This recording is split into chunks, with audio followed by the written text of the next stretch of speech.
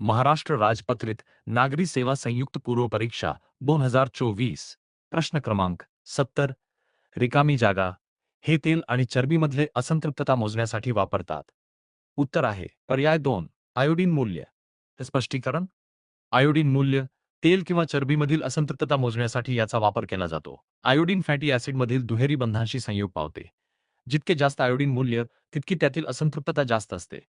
साबणीकरण मूल्य हे मेदाम्लांच्या सरासरी रेणुभाराचे मापन करते. आम्ल मूल्य हे तेलातील मुक्त मेदाम्लांचे प्रमाण दर्शवते. प्रश्न क्रमांक 71 मुख्य माहिती आयुक्तांच्या नियुक्तीची शिफारस करणाऱ्या समितीचे खालीलपैकी कोण सदस्य आहेत? उत्तर आहे पर्याय 1 ए, बी आणि डी.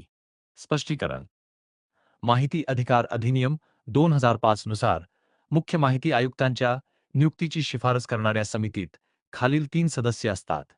पंतप्रधान समितीचे अध्यक्ष, लोकसभेतील विरोधी पक्षनेता बी, पंतप्रधानांनी नामनिर्देशित केलेला एक केंद्रीय कॅबिनेट मंत्री डी.